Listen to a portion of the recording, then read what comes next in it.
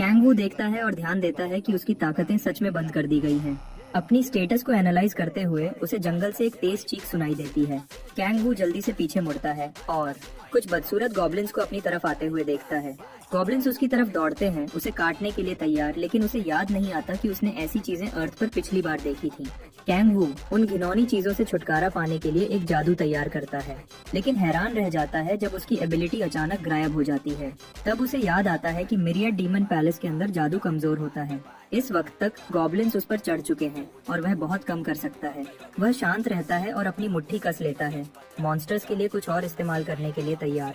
पलक झपकते ही Kang goblins को kebabs की तरह काट देता है, इससे पहले कि उन्हें हमला करने का मौका मिले। उसकी बांह से एक डिमोनिक ब्लेड निकली जिसका इस्तेमाल उसने अपने दुश्मनों को हराने के लिए किया। एक और गॉब्लिन का साया उस पर छा जाता है जब वह अपनी नजर मॉन्स्टर पर रखता है।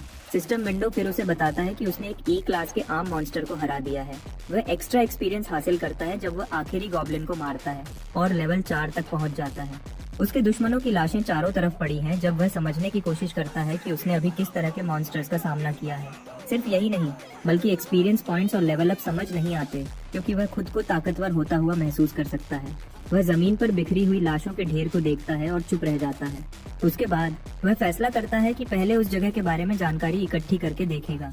खुशकिस्मती से उसके पास अभी भी ग्लटनी की ताकत है, तो वह उसे मरे हुए गॉब्लिन्स के शरीरों पर इस्तेमाल करता है।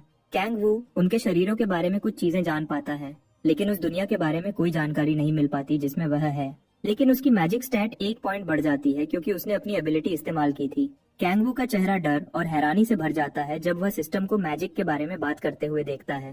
वह अपनी किस्मत को कोसता है क्योंकि मैजिक एक ऐसी चीज है जो सिर्फ हेल में होनी चाहिए। वह सोचता है कि बहुत ज्यादा चांसेस हैं कि वह अर्थ पर नहीं है क्योंकि वहाँ मैजिक है। कैंग अर्थ पर वापस न होने के ख्याल से पागल हो जाता है।